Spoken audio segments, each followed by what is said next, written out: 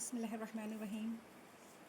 الحمد لله رب العالمين والعاقبة للمتقين والصلاة والسلام على رسوله الكريم. أما بعد فأعوذ بالله من الشيطان الرجيم. بسم الله الرحمن الرحيم. قال الله تعالى في القرآن المجيد والفرقان الحميد: شرع لكم من الدين أوصى به نوح والذي أوحينا إليك وما وصينا به إبراهيم وموسى وعيسى أن أقيموا الدين ولا تتفرقوا فيه. صدق الله العظيم. ربنا آتنا في الدنيا حسنة وفي الآخرة حسنة وقنا عذاب النار. ربنا آتنا في الدنيا حسنة وفي الآخرة حسنة وقنا عذاب النار. رب اجعلنا مقيم الصلاة ومن ذريتنا ربنا وتقبل دعاء. ربنا اجعلنا مقيم الصلاة ومن ذريتنا ربنا وتقبل دعاء. اللهم اجعلنا من المفلحين. اللهم اجعلنا من المفلحين. اللهم أرنا الحق حقا وارزقنا اتباعه وأرنا الباطل باطلا وارزقنا اجتنابه. اللهم حاسبنا حسابا يسيرا. اللهم حاسبنا حسابا يسيرا. اللهم إنا مغلوبون فانتصر. اللهم إنا مغلوبون فانتصر. ربنا ولا تحملنا ما لا طاقة لنا به واعف عنا واغفر لنا وارحمنا وأنت مولانا فانصرنا على القوم الكافرين. ربنا إنك جامع الناس ليوم لا ريب فيه إن الله لا يخلف الميعاد. ربنا إن آمنا بما أنزلت واتبعنا الرسول فاكتبنا مع الشاهدين. ربنا ما خلقت هذا باطلا سبحانك فقنا عذاب النار. ربنا فاكتبنا مع الشاهدين. اللهم إنا نسألك علما نافعا ورزقا طيبا وعملا متقبلا. اللهم إنا نسألك علما نافعا ورزقا طيبا وعملا متقبلا. اللهم إنا نسألك علما نافعا ورزقا طيبا وعملا متقبلا. آمین یا رب. عزیز سامعات، السلام علیکم ورحمۃ اللہ وبرکاتہ. الحمدللہ، آج میں نے آپ کے سامنے جو آیت کریمہ پیش کی ہوں جس کا ترجمہ ہے، اللہ تعالیٰ فرماتے ہیں، یہ ہے سورۃ الشورى آیت نمبر 13، جس میں اللہ تعالیٰ فرماتے ہیں: اللہ تعالیٰ نے تمہارے لیے وہی دین مقرر کر دیا ہے جس کے قائم کرنے کا اس نے نوح کو حکم دیا تھا، اور جو بذریعہ وحی ہم نے تیری طرف بھیج دی ہے، اور جس کا تاکیدی حکم ہم نے ابراہیم کو اور موسیٰ اور عیسیٰ کو دیا تھا کہ اس دین کو قائم رکھنا اور اس میں پھوٹ نہ ڈالنا. الحمدللہ، اللہ کے احسان، اللہ کا بہت بڑا احسان ہے کہ اللہ تعالیٰ نے ہمیں پھر سے ایک زندگی بخشی ہے تاکہ ہم اس کے کلام کو اچھی طرح سے سمجھیں، اس کے احکامات کو جانیں. تو جیسا کہ آپ سبھی کو معلوم ہے، ہمارے احادیث کی کلاسز چل رہی ہیں، تو ان صحیحہ ستہ میں سے جو آج ہم باب پڑھیں گے وہ صحیح مسلم شریف کی احادیث کا باب ہے. آج جو میں نے آیت کریمہ پڑھی ہے، اس کا کچھ ایک خاص مقصد ہے، کیونکہ آنے والی جو احادیث ہے اس میں کچھ اختلافی مسئلہ ہے، یعنی جو ہمارے علماء کا، جو ہماری جماعتوں کا جو اختلافات شروع سے چلتے آ رہا ہے اس کے بارے میں ہے. تو اس اختلاف کو سامنے رکھنے سے پہلے میں یہ بات تمام اپنے مسلمان بھائی بہنوں سے کہنا چاہوں گی کہ جیسا کہ اس میں جو ذکر آیا ہے اختلافی مسئلے کا، خاص کر کے معراج کے دن نبی کریم صلی اللہ علیہ وسلم نے اپنے پیارے رب کائنات کو دیکھا ہے یا نہیں دیکھا، اس میں ایک حدیث آنے والی ہے. تو اس سے پہلے کیا میں یہ پوچھنا چاہوں گی، یہ بتانا چاہوں گی، کیا ہمارے لیے اتنا کافی نہیں ہے؟ ان اختلافات میں جانے کی بجائے ہمارے لیے کیا اتنا کافی نہیں ہے کہ ہم ایک اللہ کے بندے ہیں، ایک خاتم النبیین کی امت ہے، ہمارا ایک دین ہے، ہمارا ایک اسلام ہے، لیکن اس کے ہم کیا کر رہے ہیں؟ ہم ہی مسلمان جو ایک اللہ کے ایک الہ رکھتے ہیں، ایک خاتم النبیین کے امتی ہونے کے باوجود اتنا شرف سے اللہ تعالیٰ نے ہمیں نوازا اور ہمارا اتنا پیارا دین اسلام ہے، اس کے باوجود ہم ہی مسلمان ہیں جو اس اسلام کے، جو اس دین کے بٹوارے کیے ہیں۔ کیا اللہ تعالیٰ نے نہیں فرمایا وَاعْتَصِمُوا بِحَبْلِ اللَّهِ جَمِيعًا وَلَا تَفَرَّقُوا؟ اللہ تعالیٰ نے فرمایا تم اللہ کی رسی کو مضبوطی سے تھام لو، تم سب مل کر اللہ کی رسی کو مضبوطی سے تھام لو اور فرقے فرقے میں نہ بٹو، یعنی گروہ گروہ یا جماعت جماعت نہ بٹو۔ دیکھیے آج اختلافات بہت سارے پیدا ہو گئے ہیں، آج بہت سارے اختلافات پیدا ہو گئے، چاہے وہ ہماری نماز میں ہو یا ہماری زندگی کے گزارنے کے طریقوں میں ہو، سنتوں میں ہو یا خود اللہ کی آیتوں میں ہی کیوں نہ ہو، اختلافات بڑھ گئے ہیں۔ جیسے نماز کو ہی لے لے اگر ہم مثال کے طور پر، تو رفع الیدین کا مسئلہ، پھر انگلی کو حرکت دینے کا مسئلہ، تو پھر ہاتھ کہاں باندھنے یہ مسئلہ، ایسے اختلافات آپ کو ہر ایک فرقہ جو ہوگا اس میں ہر کوئی اپنی اپنی رائے بتائے گا۔ بعض رائے تو نہیں بتاتے، صرف علم شیئر نہیں کرتے ہیں، بلکہ صرف ایک مذہب، ایک فرقہ، ایک جماعت دوسرے مذہب یا دوسرے فرقہ، دوسری جماعت پر انگلی بھی نہیں اٹھاتا، بلکہ اس کو مشرک یا بدعتی قرار دیتا ہے، اس کو جہنمی کا فتویٰ لگاتا ہے۔ یہ کہاں تک صحیح ہے؟ کیا ایک مسلمان کو شیوا دیتا ہے کہ وہ دوسرے مسلمان کو جہنمی قرار دے یا اس کو کافر قرار دے؟ ہرگز نہیں، ہمارے اسلام یہ نہیں کہتا۔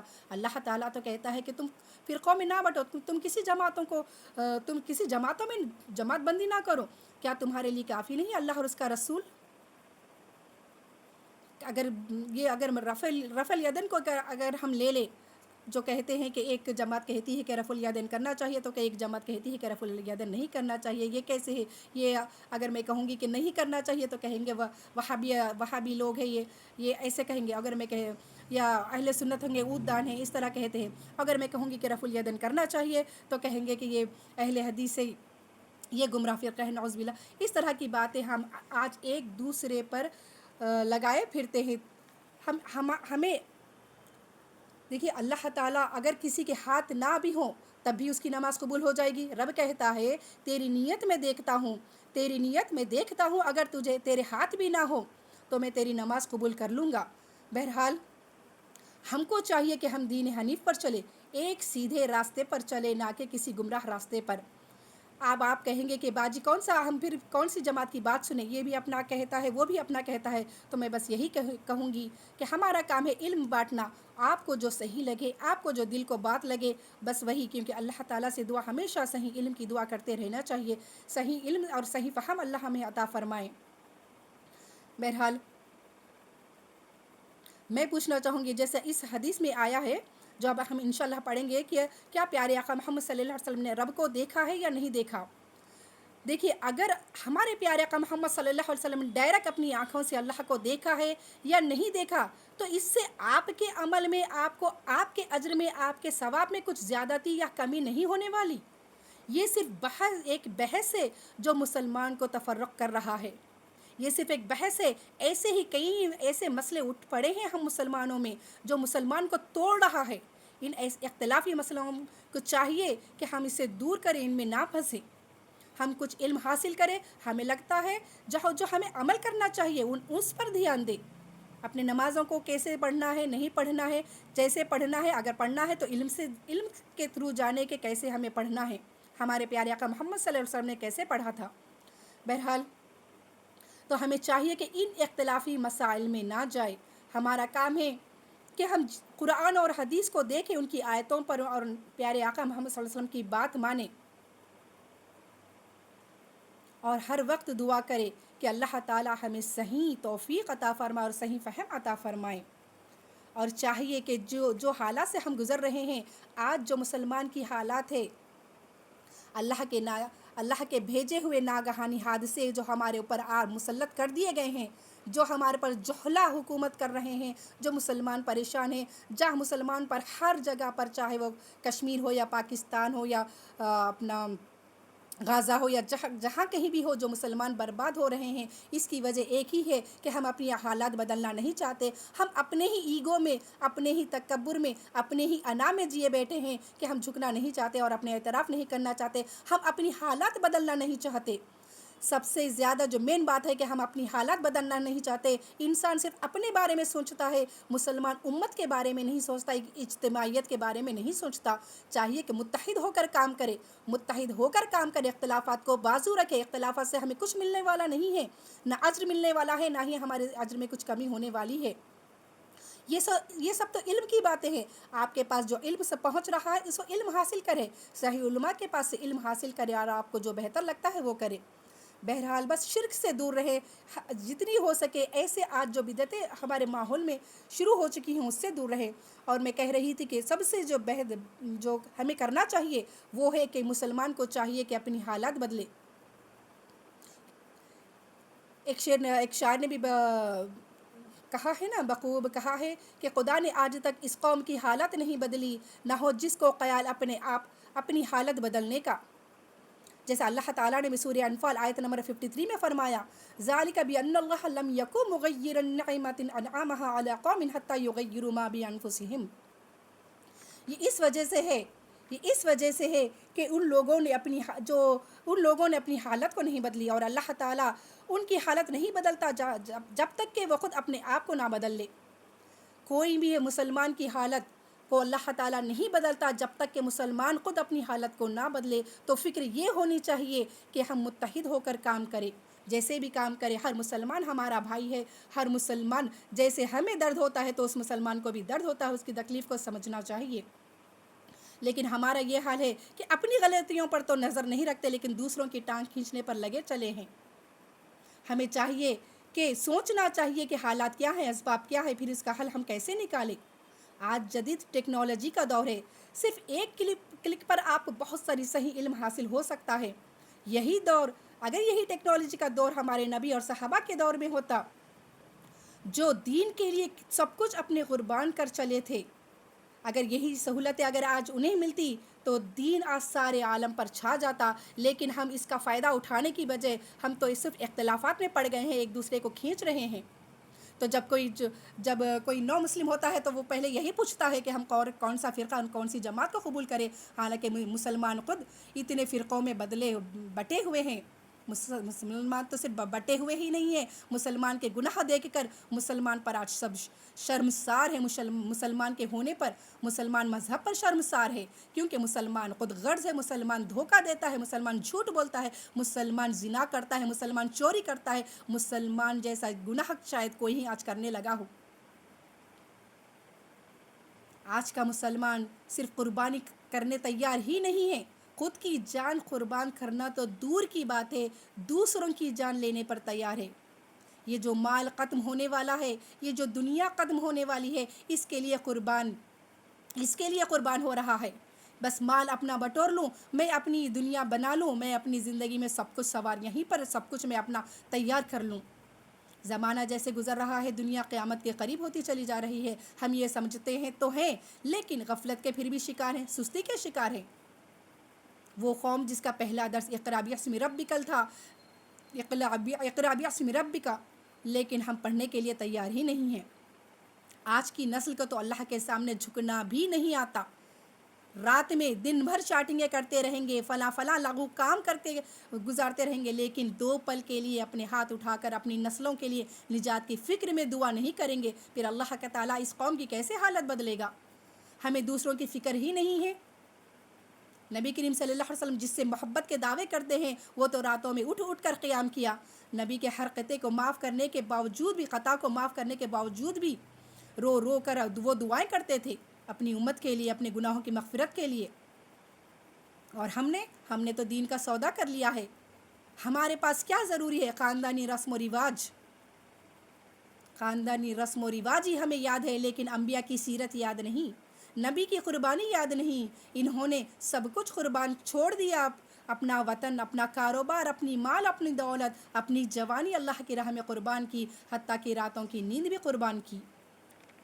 یہ تھا ہمارے صحابہ، ہمارے انبیاء کا حال. دیکھیں، یاد رکھیں عزیز سامعات، ہم سب آپس میں بھائی ہیں. کسی اللہ تعالیٰ کے نزدیک کوئی عربی ہے، کوئی ہائی فائی لیول زندگی گزارتا ہے تو اس کو کسی عام انسان پر، اعجمی ہو، اس کے اوپر کوئی فوقیت حاصل نہیں ہے الا بالتقوی. ہاں لیکن جس کا تقوی زیادہ ہوگا وہ اللہ کے نزدیک زیادہ مقرب ہے. ہمارے مال، ہماری صورت، ہمارا علم اللہ کے نزدیک مقرب نہیں ہے، ہمارا عمل اللہ کے نزدیک سب سے زیادہ پیارا ہے.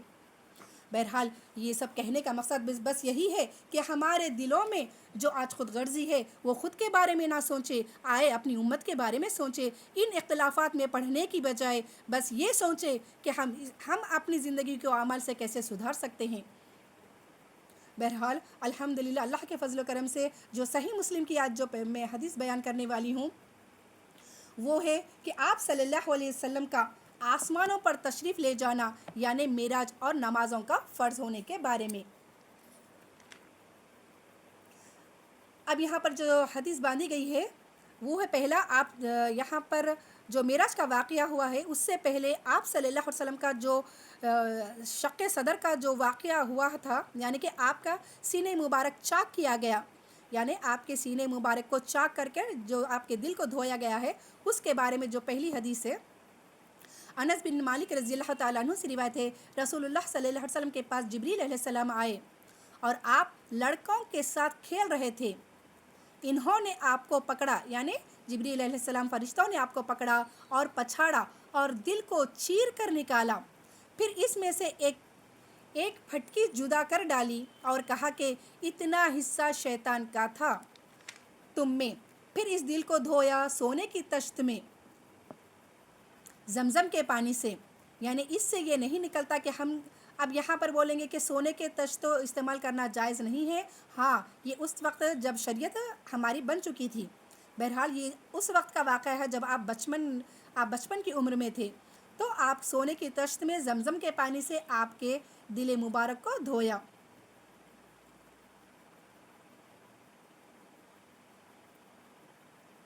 پھر جوڑا اس کو، یعنی کہ اس سینے کو جوڑا اور پھر اپنی جگہ میں رکھا. اور اس کے بعد یہ دیکھ کر، چونکہ آپ لڑکوں کے ساتھ کھیل رہے تھے تو لڑکے دوڑے ہوئے آپ کی ماں کے پاس آئے، یعنی حضرت آمنہ رضی اللہ تعالیٰ عنہ کے پاس آئے. اور نہیں اس وقت شاید یہ دائی حلیمہ کا قصہ ہے کہ پاس آئے اور کہا کہ محمد صلی اللہ علیہ وسلم مار ڈالے گئے. یہ سن کر لوگ دوڑے، دیکھا تو آپ صحیح اور سالم ہیں اور آپ کا رنگ بدل گیا ہے ڈر خوف سے. یعنی یہ جو واقعہ ہوا تھا آپ نبی کریم صلی اللہ علیہ وسلم کے ساتھ شق صدر کا واقعہ، تو یہ دیکھ کر یہ سمجھے کہ بچوں نے یہ سمجھا کہ آپ صلی اللہ علیہ وسلم مار ڈالے گئے ہیں. بہرحال جب آپ کی حالت دیکھی تو آپ کا رنگ بدل گیا تھا. انس رضی اللہ تعالیٰ عنہ نے کہا کہ جو شق صدر کا جو واقعہ ہوا تھا تو ان کے جو سینے پر جو باندھا، یعنی پھر سے جوڑا گیا تھا، اس کی سلائی کا، یعنی جو سلائی ہوئی تھی وہ جبریل علیہ السلام نے جو کی تھی، آپ کے سینے پر اس کا نشان دکھائی دیتا تھا. الحمدللہ یہ تھا آپ کا پہلا شق صدر کا واقعہ. اس کے بعد جو دوسرا شق صدر ہوا ہے وہ ہے معراج کے رات میں. معراج کا جو آج جو ہم معراج اور اس میں جو پہلی بار اور ایک جو مسئلہ نکلتا ہے شب معراج جو ہم مناتے ہیں، میں مناتے ہی کہوں گی، کیا اس میں کیا وہ منانا جائز ہے یا نہیں. آپ خود سمجھ جائیں گے کیا وہ جائز ہے یا نہیں ہے. دیکھیے کوئی بھی کام کا کرنا جائز اس وقت ہوتا جب ہمارے اللہ کا حکم ہے، ہمارے پیارے رسول اللہ کا حکم ہو اس میں کہ تم یہ کرو تم یہ مت کرو، تو وہ ہمارے لیے کرنا جائز ہوگا. جس کا آپ نے حکم نہیں دیا ہے یا کرنے کے لیے نہیں کہا ہے تو وہ ہمارے لیے جائز نہیں ہوگا. اور آپ نے فرما دیا کہ میں نے آج تمہارے لیے تمہارا سارا دین مکمل کر دیا ہے، تو اس کے بعد اگر کوئی دوسرے کچھ کہتے ہیں تو وہ ہمارے لیے سننا، اس پر عمل کرنا ہمارے لیے ٹھیک نہیں ہے. تو بہرحال انس بن مالک رضی اللہ تعالیٰ عنہ سے روایت ہے، انہوں نے شاید مالک بن صعصعہ سے سنا جو ایک شخص تھے ان کی قوم سے کہ پیارے آقا صلی اللہ علیہ وسلم نے فرمایا، میں خانہ کعبہ کے پاس تھا اور میری حالت خواب اور بیداری کے بیچ میں تھی.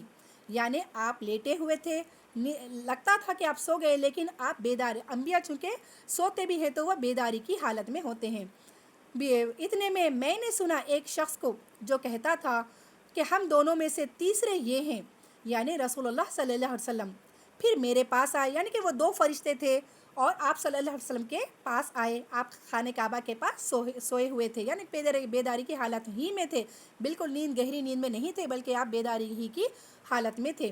اور مجھ کو لے گئے. پھر میرے پاس ایک تشت لایا گیا سونے کا، اس میں پانی تھا زمزم کا، اور میرا سینہ چیرا گیا. یہ بات ہم نے ابھی پچھلی حدیث میں پڑھا. اس کے بعد یعنی چیرا گیا پیٹ کے نیچے تک، اور دل نکالا گیا اس میں سے. پھر دھویا گیا زمزم کے پانی سے، پھر اس میں رکھ دیا گیا اپنی جگہ پر. اس کے بعد ایمان اور حکمت سے پھر یعنی اس دل کو کیا کرے، ایمان اور حکمت سے اس کو بھر دیے. پھر ایک جانور کو لائے جس کا رنگ سفید تھا، یعنی کہ براق، جس کو براق کہتے تھے. یہ براق کی کیسی کنڈیشن بتائی گئی؟ جو گدھے سے زیادہ اونچا، گدھے سے اونچا اور خچر سے نیچا، اور جو اپنا قدم وہاں رکھتا تھا جہاں تک اس کی نگاہ پہنچتی تھی. براق ایک ایسا جانور تھا، ایسا گھوڑا، یا ایسا جو خچر اور گدھے دونوں کی کمبینیشن سے جو بنایا، جس کا بتایا گیا ہے اشکال، تو اس کا قدم اتنا ایسے رکھتا تھا جہاں تک اس کی نظر جاتی تھی، اس کا قدم وہاں تک رکھتا تھا. مجھ کو اس پر سوار کیا، یعنی کہ براق پر سوار کیا. پھر ہم چلے یہاں تک کہ پہلے آسمان پر آئے. جو پہلا آسمان ہمیں آج دکھائی دیتا ہے ہماری آنکھوں سے، وہ پہلا آسمان ہے. تو جبریل علیہ السلام نے دروازہ کھلوایا، پہلے آسمان کا جبریل علیہ السلام نے دروازہ کھلوایا. فرشتوں نے پوچھا کون ہے؟ کہا جبریل. یعنی جبریل علیہ السلام نے جواب دیا کہ جبریل ہوں. تو فرشتوں نے کہا تمہارے ساتھ کون ہے؟ کہا محمد صلی اللہ علیہ وسلم. انہوں نے کہا کیا وہ بلوائے گئے ہیں؟ تو جبریل نے کہا ہاں. پھر دروازہ کھلا اور فرشتوں نے کہا مرحبا، مبارک ہو آپ کا تشریف لانا. پھر ہم آئے آدم علیہ السلام کے پاس اور بیان کیا حدیث کا پورا قصہ. اس کے بعد ذکر کیا آپ نے دوسرے آسمان پر ملاقات کی. پہلے آسمان پر آدم علیہ السلام سے آپ کی ملاقات ہوئی. دیکھیے یہاں پر اور ایک بات معلوم ہوتی ہے کہ فرشتے جو صرف اور صرف اللہ کی فرما برداری، اس کے حکم کے تابعدار ہیں، وہ پوچھتے ہیں جبریل علیہ السلام سے کیا تمہیں جو محمد صلی اللہ علیہ وسلم کو اپنے ساتھ لے کر آئے ہو، کیا اللہ نے اس کا حکم دیا ہے؟ کیا اللہ کے حکم کے مطابق؟ الحمدللہ، یہ ہوتی ہے عبادت، یہ ہوتی ہے اللہ کی فرما برداری. بہرحال اس کے بعد دوسرے آسمان کے آپ نے ذکر کیا کہ دوسرے آسمان پر کس ملاقات ہوئی، کس سے؟ عیسیٰ علیہ السلام سے اور یحییٰ علیہ السلام سے. اور تیسرے آسمان پر یوسف علیہ السلام سے. تو چوتھے آسمان پر ادریس علیہ السلام سے. اور پانچویں آسمان پر ہارون علیہ السلام سے. پھر کہا ہم چلے یہاں تک کہ چھٹے آسمان پر پہنچے. وہاں حضرت موسیٰ علیہ السلام سے ملے. ان کو میں نے سلام کیا، یعنی موسیٰ علیہ السلام کو میں نے سلام کیا. یہ سارا واقعہ آپ صلی اللہ علیہ وسلم خود بیان فرما رہے ہیں. انہوں نے کہا مرحبا، یعنی موسیٰ علیہ السلام نے کہا مرحبا نیک بھائی اور نیک نبی کو. جب میں آگے بڑھا تو وہ رونے لگے اور آواز آئی اے موسیٰ کیوں روتے ہو؟ انہوں نے کہا اے پروردگار، اس لڑکے کو تو نے میرے بعد پیغمبر بنا کر بھیجا ہے، اور اس کی امت میں سے جنت میں زیادہ لوگ جائیں گے. الحمدللہ، امت محمدیہ سب سے زیادہ جو جنت میں جائیں گے وہ ہے امت محمدیہ. یہ اللہ تعالیٰ کا شرف جو اللہ تعالیٰ نے ہمیں امت محمدیہ میں پیدا کیا، ہمیں کتنا اس کا شکر گزار ہونا چاہیے، اس کی قدر کتنی کرنی چاہیے. اس کے بعد فرمایا کہ میری امت سے، یعنی کہ موسیٰ کو اتنا رنج ہوا کہ اپنی قوم پر، حالانکہ ان کی تعداد بہت تھی. بنی اسرائیل کا واقعہ آپ نے پڑھا ہوگا، حضرت موسیٰ کی لاکھوں کی تعداد، کروڑوں کی تعداد تھی، وہ بہت تھی، لیکن جنت میں کم ہی تھی. یعنی کہ وہ جو گمراہ ہو گئے، یہود جو موسیٰ علیہ السلام کی قوم میں سے آتے ہیں، وہ لوگ گمراہ ہو گئے. گمراہی کی وجہ سے وہ جہنم کے حقدار بن گئے. بہرحال تو آپ نے فرمایا کہ میری قوم کی تعداد بہت زیادہ تھی لیکن جنت میں کم تھے ہمارے پیغمبر صلی اللہ علیہ وسلم کی امت سے. پھر آپ نے فرمایا ہم چلے یہاں تک کہ 7ویں آسمان پر پہنچے. وہاں پر میں نے ابراہیم علیہ السلام کو دیکھا اور بیان کیا اس حدیث میں کہ رسول اللہ صلی اللہ علیہ وسلم نے فرمایا میں نے 4 نہریں دیکھی. یعنی معراج میں جب آپ کو 7ویں آسمان پر آپ پہنچ چکے تو وہاں پر آپ نے ابراہیم علیہ السلام سے ملاقات کی اور وہاں پر آپ نے 4 نہریں دیکھی جو سدرۃ المنتہا کی جڑ سے نکلتی ہیں. جو سدرہ یعنی کہ ایک درخت ہے وہاں پر، اس کی جڑ سے نکلتی تھی. 2 نہریں کھلی تھی اور 2 نہریں ڈھپی تھی. میں نے کہا اے جبریل یہ نہریں کیسی ہے؟ انہوں نے کہا ڈھپی ہوئی 2 نہریں تو جنت میں گئی ہیں اور کھلی ہوئی نہریں نیل اور فرات ہیں۔ پھر اٹھایا گیا میرے لیے بیت المعمور جو آسمان میں جو گھر ہے اللہ تعالیٰ کا، کہتے ہیں کہ سیم ہمارا خانہ کعبہ جو ہے، جو آج ہمارا جو جس پر حج کرتے ہیں، وہ خانہ کعبہ کا ٹھیک ویسے ہی ڈائریکشن میں سیدھا اوپر میں بیت المعمور ہے۔ میں نے کہا اے جبریل یہ کیا ہے؟ انہوں نے کہا یہ بیت المعمور ہے، اس میں ہر روز 70,000 فرشتے جاتے ہیں جو پھر کبھی اس میں نہیں آتے۔ یعنی دیکھیں فرشتوں کی کتنی تعداد ہوگی کہ ہر دن میں، ہر روز میں 70,000 فرشتے اس کا طواف کرتے ہیں، تو پھر ان کو تا قیامت تک ان کو موقع نہیں ملتا اس کا طواف کرنے کا۔ اللہ اکبر! اتنی بڑی فرشتوں کی جماعت اللہ کے ساتھ ہے جو اللہ کی حمد و ثنا بیان کرنے میں لگے ہیں۔ ہماری حمد و ثنا کی کیا اوقات جو اللہ کے ہم اپنی زبانوں سے، اپنی جھوٹی زبانوں سے کرتے ہیں۔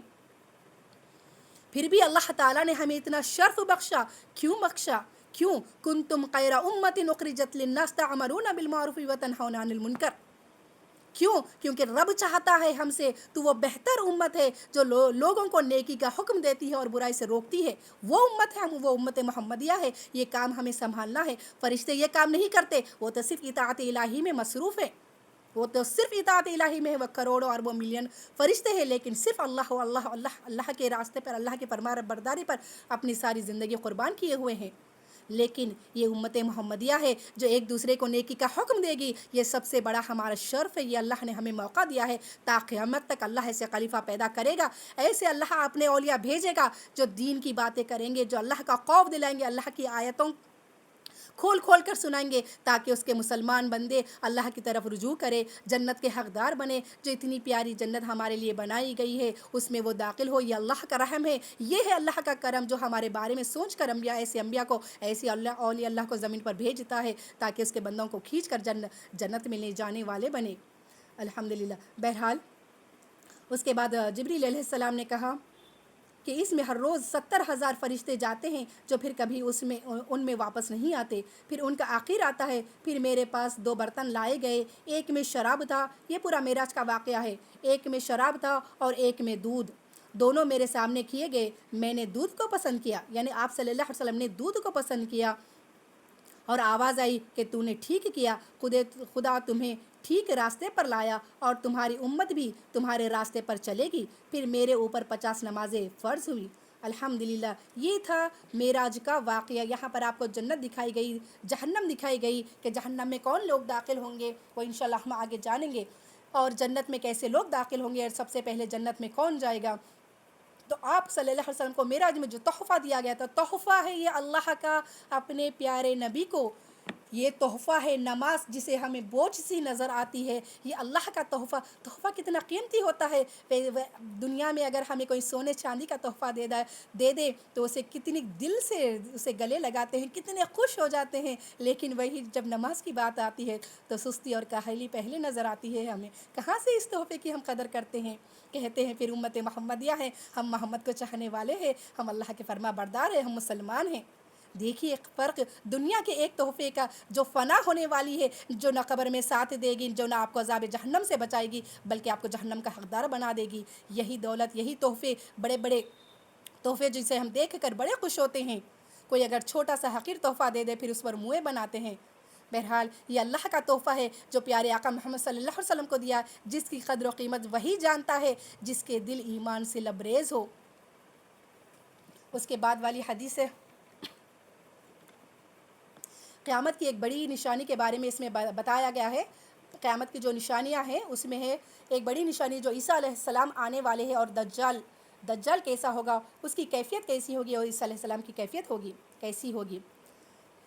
عبداللہ بن عمر رضی اللہ تعالیٰ عنہ سے روایت ہے، رسول اللہ صلی اللہ علیہ وسلم نے ایک دن لوگوں کے بیچ میں مسیح دجال کا ذکر کیا تو فرمایا اللہ جل جلالہ کانا نہیں ہے، یعنی اللہ کو ایک آنکھ نہیں ہے، اور مسیح دجال کانا ہے، یعنی مسیح دجال ایک آنکھ کا ہوگا، داہنی آنکھ کا یعنی کہ ایک داہنی آنکھ کا اس کی کافی آنکھ جیسے پھولا ہوا انگور، یعنی ایک آنکھ اس کی بند اور پھولی ہوئی انگور کی طرح ہوگی، یہ ایک کھلی نشانی ہے، یعنی جب کوئی دجال کے دور تک پہنچ جائے، دجال کا دور کبھی بھی آ سکتا ہے، چاہے ہماری دور میں یا ہماری آنے والی جنریشن کی دور میں۔ اس لیے کہتی ہوں کہ اپنی اولاد کو تربیت دے، دین کی باتیں سکھائے تاکہ وہ سب چیزوں سے اویئر ہو سکے۔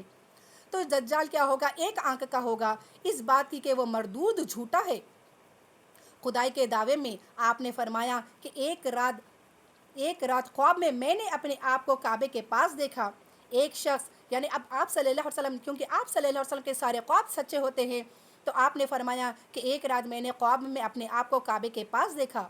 ایک شخص گہوا رنگ جیسے بہت اچھا کوئی گہوا رنگ کا آدمی، اس کے پٹھے مونڈوں تک تھے اور بالوں میں کنگھی کی ہوئی تھی، سر میں سے پانی ٹپک رہا تھا اور اپنے دونوں ہاتھ دو آدمیوں کے مونڈھوں پر رکھے ہوئے طواف کر رہا تھا۔ اللہ اکبر! یہ ہے عیسیٰ علیہ السلام کے نزول کا واقعہ، کہ آپ نے واقعہ نہیں کہوں گی، کہ جو پیشن گوئی ہے آپ نے عیسیٰ علیہ السلام کے بارے میں جو فرمایا ہے کہ آپ کی کنڈیشن جو بتائی ہے گہوے رنگ کے، بہت ہی اٹریکٹیو وہ ہوں گے، اور آپ کے بالوں میں کنگھی کی ہوئی ہوگی اور سر میں سے پانی ٹپک رہا ہوگا، گویا آپ نے ابھی غسل کر کے آئے ہیں، اور وہ دو آدمیوں کے مونڈھوں پر اپنے ہاتھ رکھے ہوئے طواف کر رہے ہوں گے خانہ کعبے کا۔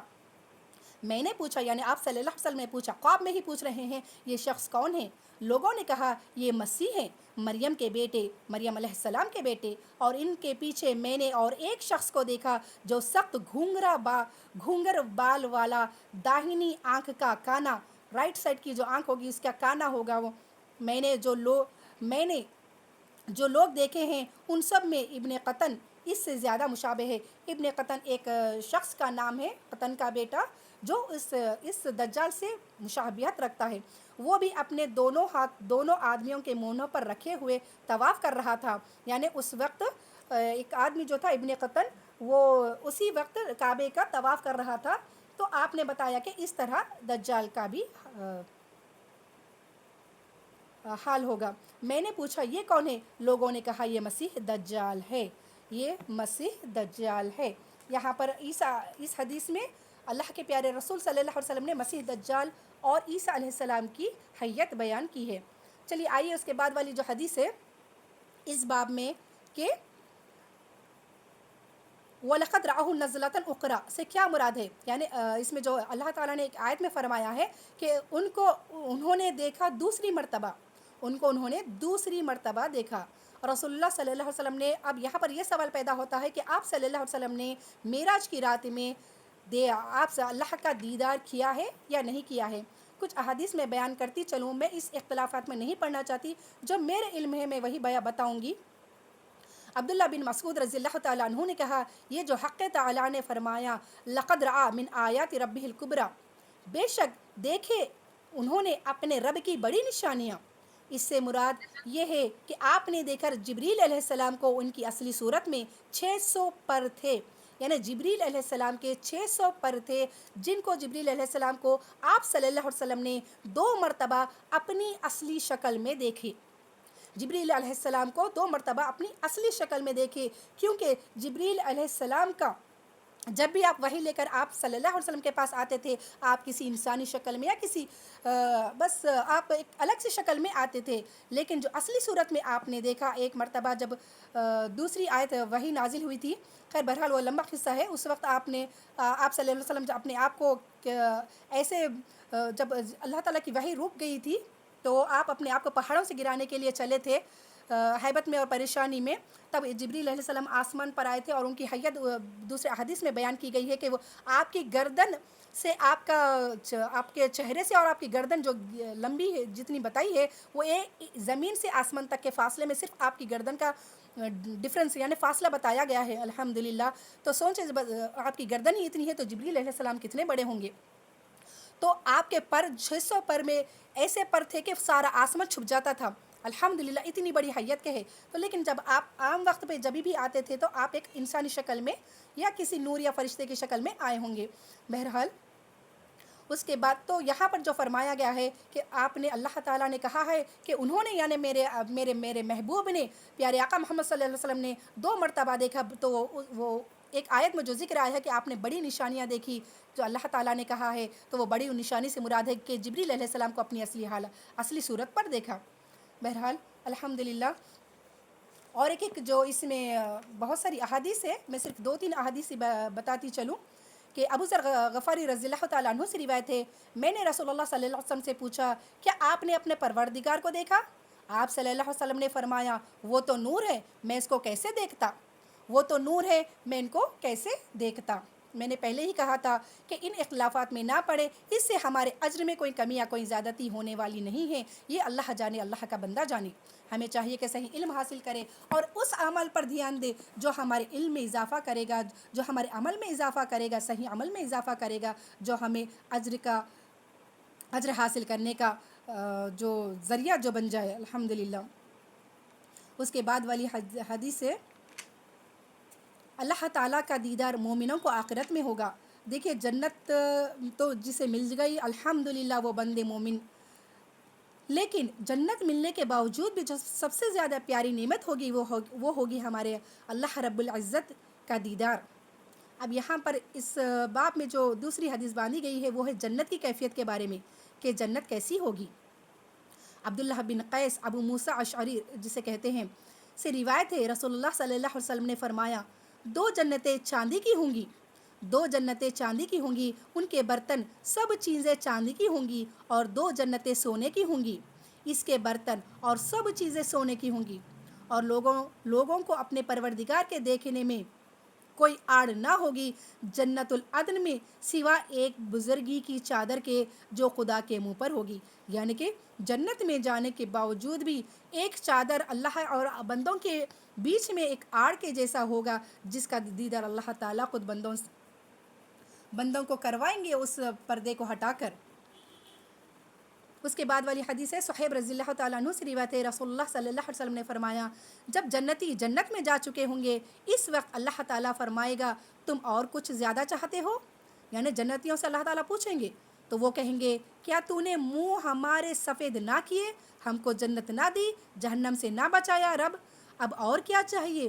پھر پردہ اٹھ جائے گا، اس وقت جنتیوں کو کوئی چیز اس سے بھلی معلوم نہ ہوگی، یعنی اپنے پروردگار کی طرف دیکھنے سے۔ جنت میں رہ کر بھی جنت کی نعمتوں کے سرفراز ہونے کے باوجود بھی ان کو جو سب سے زیادہ پیاری چیز معلوم ہوگی وہ ہوگی اللہ کا دیدار۔